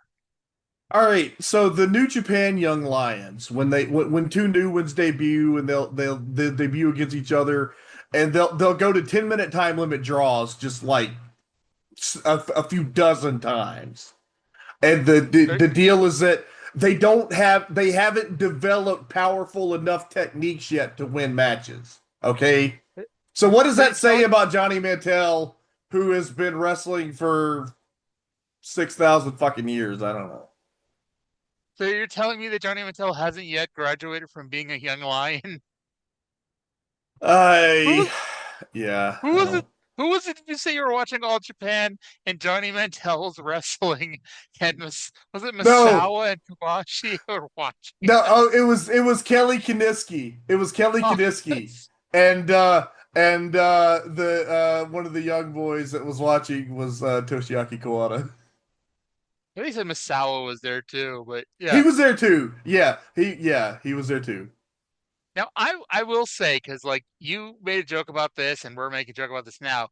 I will say that if you're going to become a great wrestler, you can learn something from everybody, even if it's what not to do. Like Okada speaks positively of his TNA run when Russo put him under a mask as Samoa Joe's cameraman, Okado. Yeah. I kind of like this match. I thought this was a very competently wrestled match. It was. We didn't need to see it. At least not 13 minutes of it. Yeah, I guess not gonna. I've been watching a lot of these badass meaning a bad way, WCW pay-per-views from 1993, where I'm like, why is this match happening? And then I'm like, if we take away this match, we have to give time to something else on this show. That was my Fall Brawl 93 thoughts. I'm like, every match went way too long, but if we took time away from one of the other matches would have to go longer. Oh God, I think it's Halloween Havoc. Not only is there a 20-minute fucking Nasty Boys against Marcus Bagwell and Scorpio match, that was the second one in a row because they did a 20-minute match the night before on Saturday night. And they were both so fucking boring. I thought, like, A, that was a good match, and B, I thought, with the exception of that fucking opener, the 6-man tag they did, I thought that was a pretty damn good pay-per-view. I don't think that a long wrestling match plays to the Nasty Boys' greatest strengths. Well, Starrcade is the next show I gotta watch, and spoiler alert, it features the Nasty Boys versus Sting and Road Warrior Hawk in a match that goes almost 30 minutes. Oh my God. Are you serious? Yes, I am very serious. Oh my God. And again, when you look at the rest of the card for Starrcade, if you took 10 minutes away from that match, who the hell would you give 10 minutes to? Like, I haven't watched in a while, but it's like they have a Steve Austin, Dustin Rhodes best of 3 falls match for the U.S. title. They could use that extra 10 minutes, but like that's pretty much it. Because like Shockmaster takes on one of the Colossal Kongs, and Cactus Jack and Max Payne take on Slazenger and Pierce, aka the Godwins. It's like it's one of those it's a one match show for a reason. There's a reason nobody else remembers the rest of that card. Cactus Jack and Max Payne against Tex Slazenger and Shanghai Pierce sounds like I really hope Mick ate his Wheaties that morning. Hey, 3 years later, Mankind would wrestle Henry Godwin on the International Incident in Your House pay-per-view. And that was because Jake Roberts no-showed. I don't know if he no-showed or whatever happened, but he took on Henry Godwin instead. That's probably a better match because Max Payne wasn't in it. Probably. But when I get to 96, I'll have to tell you. But it's funny because, like, the whole point of that match even happening was Jerry Lawler was going to set up the feud with Jake Roberts by doing all of his alcohol jokes. Then even though Jake wasn't there, Lawler still had to do them all. Oh, yeah. Oh. That was definitely like brutal. When you look up the phrase skippable pay-per-view in the dictionary, International Incident is right there next to Revenge of the Taker. Like, those shows, man oh man, if you did not spend $20 on those shows, you missed absolutely nothing. I remember there being some good stuff on Revenge of the Taker. There was an Undertaker Mankind match that was a kick-ass match, and they did a main event with Bret Hart and Steve Austin. It was supposed to be Bret Hart and Sid, but there was an issue with Sid no-showing Raw, and so they switched it to Austin versus Bret. But it's like there were 5 matches on that show, and only 2 of them had finishes. It was the Undertaker Mankind match and the debut of Rockabilly. That was Rockabilly's debut, where him getting pinned with an inside cradle was his debut? Yes. Oh my god. Well, according to my records, The Undertaker versus Mankind and Steve Austin versus Bret Hart were very good. Also on that card, Rocky Maivia retained the Intercontinental title, losing by count out to Savio Vega, replacing Vader, who was hanging out in Kuwait at the time. Kind of surprised Savio never got a token IC title. I mean, technically he kind of did, and like in '96 on Action Zone, they did a match with him and Goldust for the Intercontinental title that Savio won, but there was bullshit behind it, so the belt was vacated, and then Goldust won it back the next week. But it's like Savio's never considered an official Intercontinental champion, but Goldust has a second reign. But for some reason, like, because they did the same thing with Jeff Jarrett and Bob Holly the year before on Action Zone, and for some reason, it like isn't Bob Holly or is he not? No, maybe he's not. No. Okay.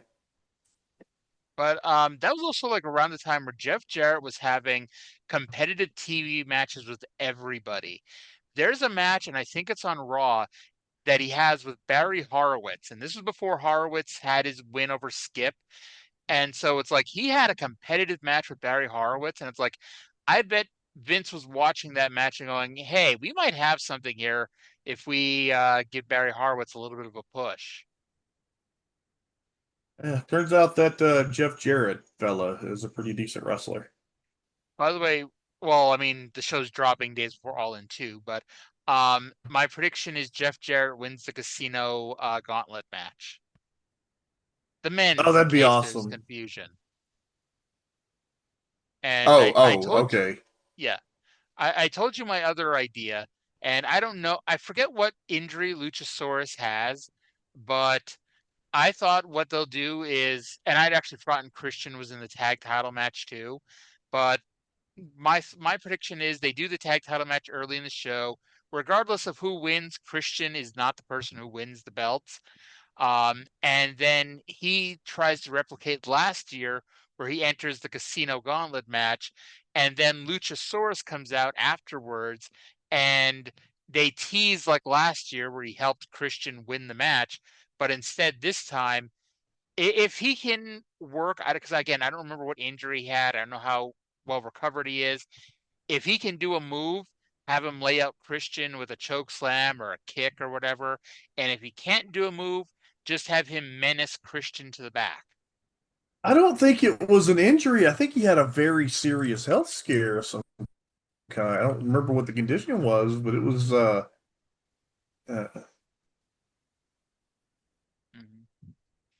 the way, double pneumonia. Oh, that sucked.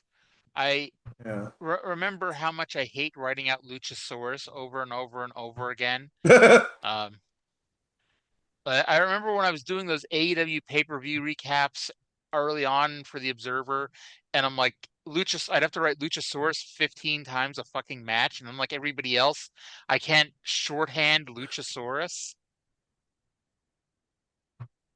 That's rough. So next week we're gonna have Kerry Adams versus the Link Garvin. It's probably gonna be some kind of a tag team match, and not the debut of somebody named Kerry Adams. That'd be a hell of a name, though, don't you think? Kerry Adams.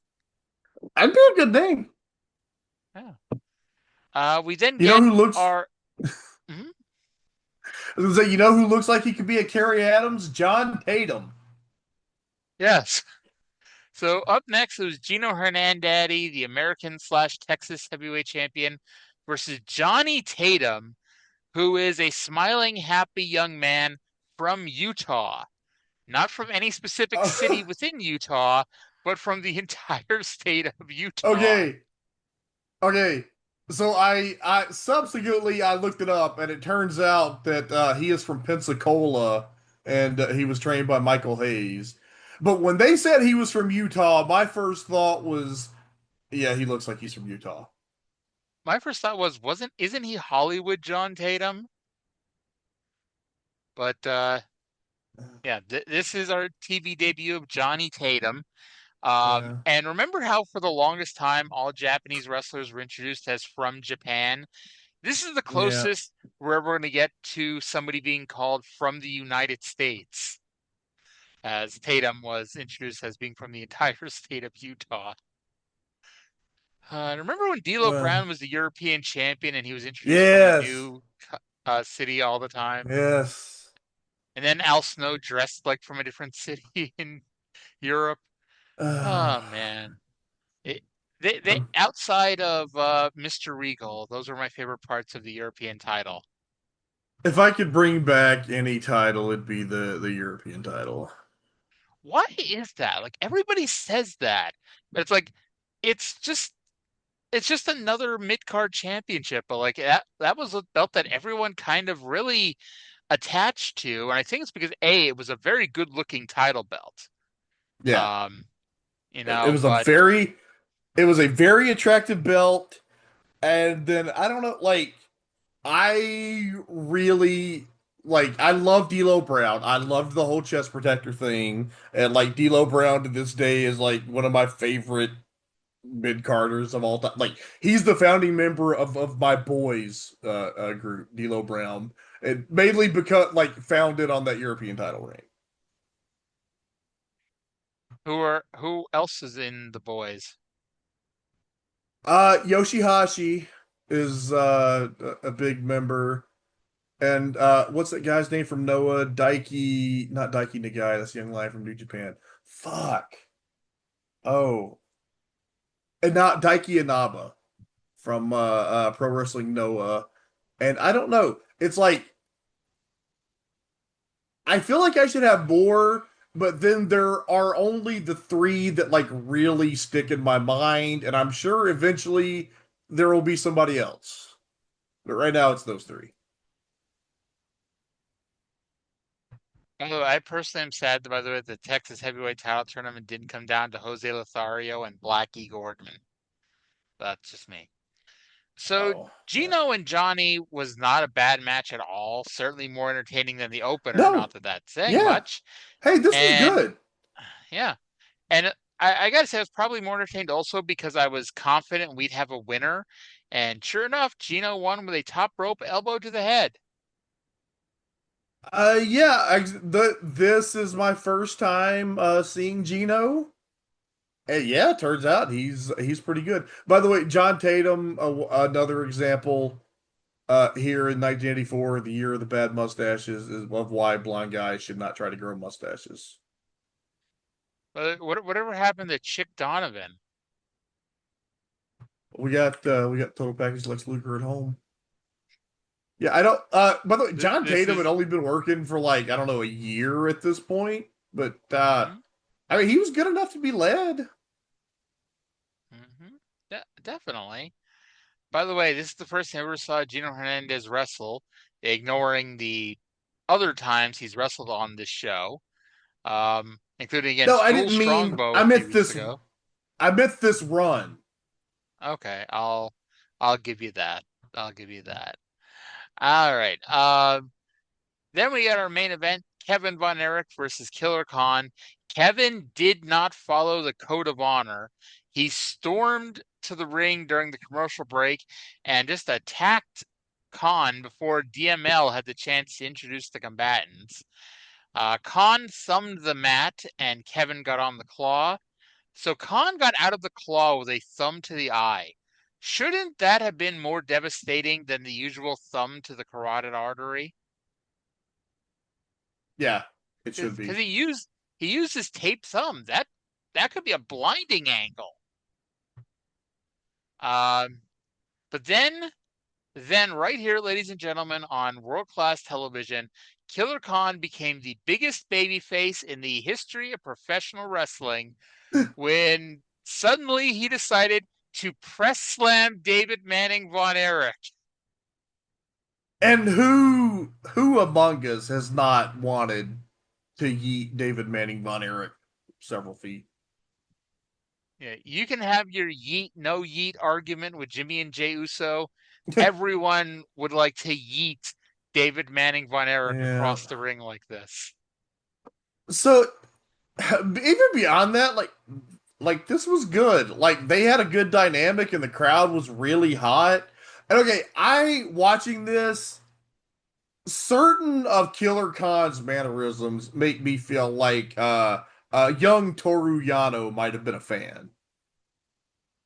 It's very possible. Although if Killer Khan shrugs his shoulders, I'll be like, okay, Killer Khan's my favorite wrestler of all time. Yeah. Or if he starts removing the turnbuckles during his matches. Oh, I miss Yano. He's not in G1 this year, is he? I don't even think he was in the play-in matches. No, he's kind of been moved into the kind of mid-card comedy role, which is fine for a guy his age. Wait. Time out. Yano's been moved into the mid-card comedy role? Okay. Has Yano ever not been in the mid-card comedy role? No, I understand what you're saying. The answer to that is yes, Yano has been in a bigger spot, and not comedy, but basically the last 12 years of New Japan, Yano has been in the comedy spot. Oh, before that, he was always the comedy guy, but he was also, he was booked in a way that you knew that at any time Toru Yano could pin anybody. So it was he had a certain amount of credibility. He had a winning record over Minoru Suzuki. Oh, yeah. Oh, that was, Suzuki trying to fucking kill him was great. Much like how Fale would always randomly have a winning record against Tanahashi. It's like, things like, why is this a thing? But hey, sometimes you got to do things like that because not everything in wrestling needs to be a foregone conclusion. But, anyway. Right? By the way, Killer Khan managed by Stella Mae French would pop the territory all over again, I think. Absolutely. Bronco... So would I'm sorry, but the referee being down, and then Kevin had the claw, and at the same time, Khan with the Oriental Spike. was just very, very like, what is the opposite of mutual masturbation? That's what was going on here. Bronco tried to take over as the referee, but David Manning Von Erich, being the biased motherfucker he is, disqualified Killer Khan after Killer Khan accidentally press slammed David Manning Von Erich over his head and yeeted him across the ring. Come on, isn't there a rule that, like, okay, you can accidentally press slam the referee across the ring? I feel like, you know how like in pure rules in Ring of Honor, if you're allowed one punch to the face, like you get one warning for a closed fist punch. I feel like you should be allowed one yeet David Manning Per week or per match? Yeah, per match. I think regardless of who the referee actually is in the match, like if in the middle of the match, even if Bronco's the referee, you should be allowed to.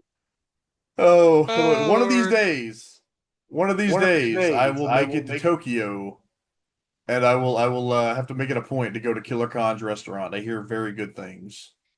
So you're going to say you're going to go to Tokyo to find David Manning to yeet him.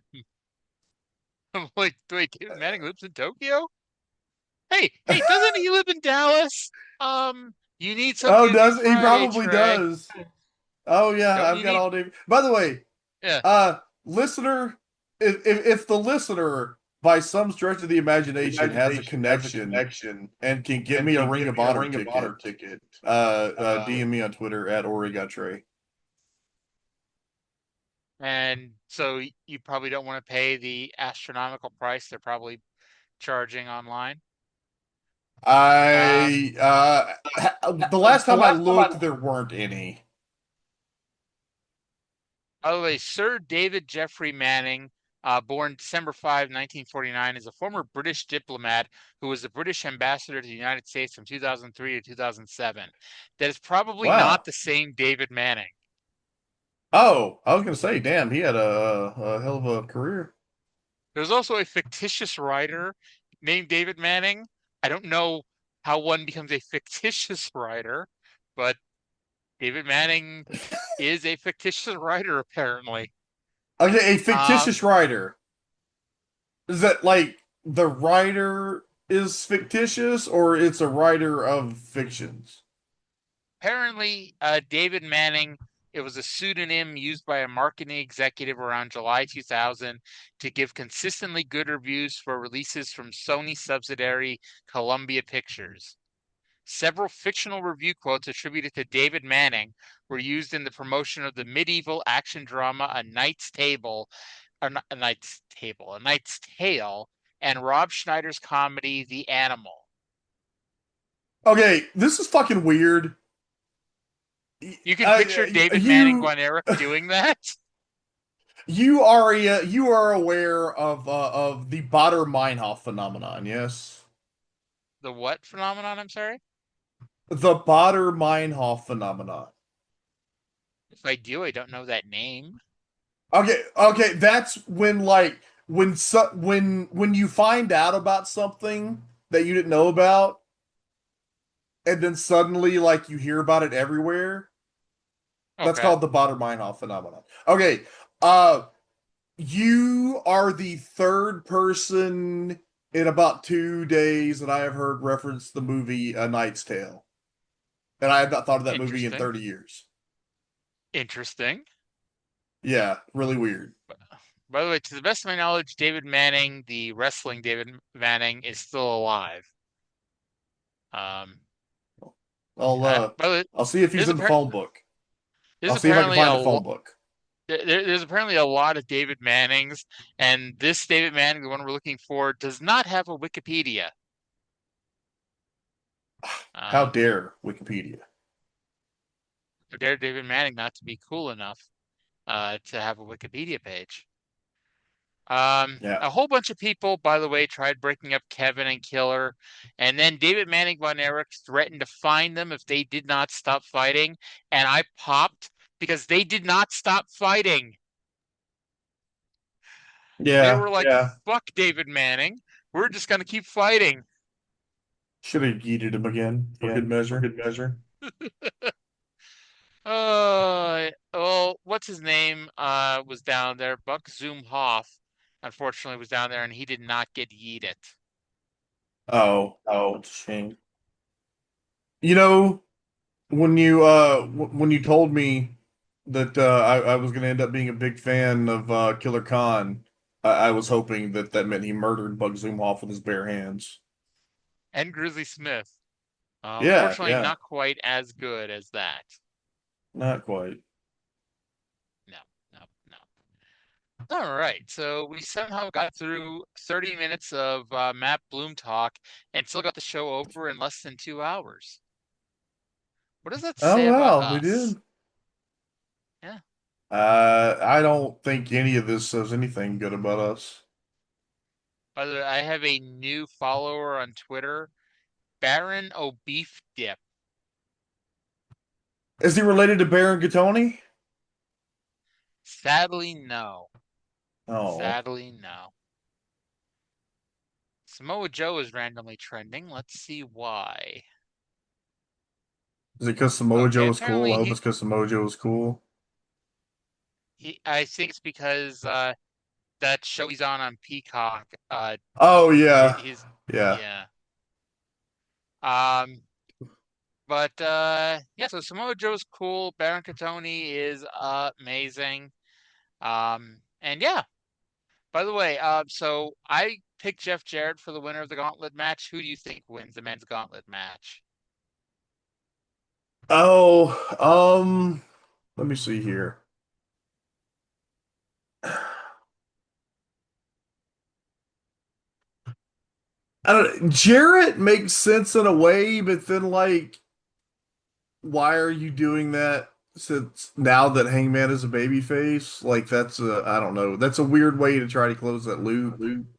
I feel like a heel is going to win. Okay. So who do you think's gonna win the women's match? To be honest, until the past week where all the news was coming out about her, I thought Dr. Britt Baker DMD would make a surprise return and win the Battle Royal. So I'm gonna go with maybe not the longest shot. I'm gonna go with Willow. Pick somebody fucking random. Ruby Soho will return and win the Casino Gauntlet. By the way, congrats to Ruby and Angelo Parker. Was it Cool Hand Ange? Yeah. Yes. For having their baby like 9 months ago. I'm sure we mentioned it on the show, but you know. Yeah. Congratulations to them. Yeah. She is a very attractive young lady. So which casino match do you prefer? The original casino battle royal with the cards, or this way where it's a gauntlet match of random length where people are just going to keep coming out until someone wins? I like the Casino Gauntlet as a concept. I do wish that they would, and they kind of, I think, alluded to it once, that the intervals are random. And I think that they should emphasize that as part of the casino aspect. That like maybe you know that your number is next, but you don't know if you're going in 30 seconds or 5 minutes. I feel like they should emphasize that. And they need to do, you can't do it here, but they need to do one of these where somebody wins immediately. See, I want to do like the opposite. And I think this is one of those times you got to do it on TV and have it be like the first match and be like, oh, we got some standby matches. And like nobody wins for a while. And you send out like 40 people. And it's just like this hour-long match. Like, I think as a one-time experiment to see how well it worked, I think it would be cool. Yeah. But no, it's a tremendous idea. I guess the other thing is, especially because there's no eliminations in the match. Right. You know, it might get awkward if you have 30 fucking people out there all wrestling each other. Honestly, that's the one thing I would add. I would add an over-the-top rope elimination to it. That's an interesting idea. Yeah. But yeah. Also, and I'm sure it'll happen again. Hopefully it doesn't, but I'm sure it'll happen again where they'll go 15 minutes without anybody trying to do a cover or go for a submission, which will undoubtedly piss me off, even though I won't be watching. Um, I love the idea of this match. I just wish people would fucking try to win the match. Yeah, I was I had on the All in London from last year on earlier, and those Gauntlet matches, like I have complained that they do the gimmick too much, but I'm sure that that is going to be very, very fun live. Oh yeah. Like, and it's one of those things that's like, and Tony hasn't come nearly to this point yet, but in many ways it's becoming his version of the Vince Russo gauntlet match, where Vince Russo just loved having fucking gauntlet matches in TNA to the point where we were having them. Like, there was that one show that had 4 gauntlet matches. And it's like, it's getting to the point where it's like, okay, if this is like the one time a year we have a casino gauntlet match, it could be a fun specific gimmick to y'all in, like the Andre the Giant Battle Royal is WrestleMania weekend. You know, they don't do 10 Andre the Giant Battle Royals during the year. Right. But like there was what, at least 3 of them last year. They did the men's, the women's, and they did another men's because that's when Ospreay won to take on Swerve. Okay, Like, hold I'm pretty on, sure because I can Ospreay won 2 actually. of them. Ospreay won 3 of them. Give me 1 second. Last year?